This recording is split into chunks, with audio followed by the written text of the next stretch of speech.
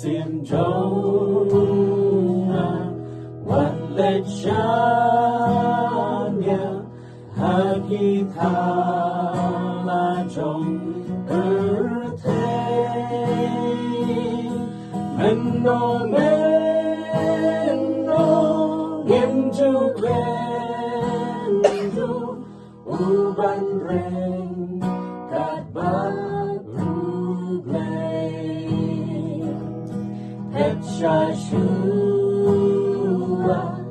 Het Shashua, Shen Pan Yo, Shaladehi. Het Shashua,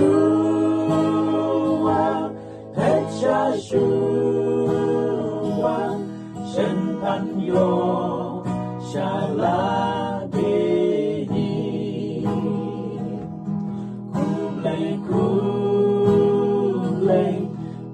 Ya baro kibaha berteikidan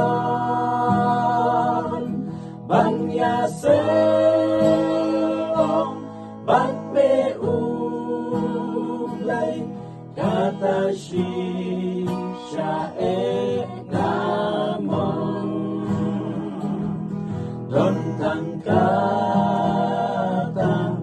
don tangkata yaki jing kwa ban penhon don tangkata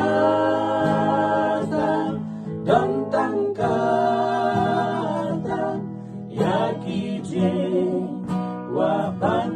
penhon alimeba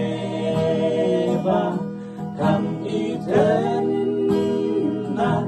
yaki jing tau belin ba ale shondro hagadonon peniten natrayangan employken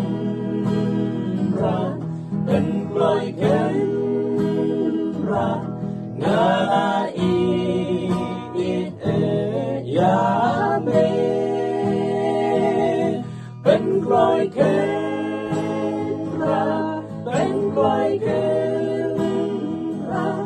ngalai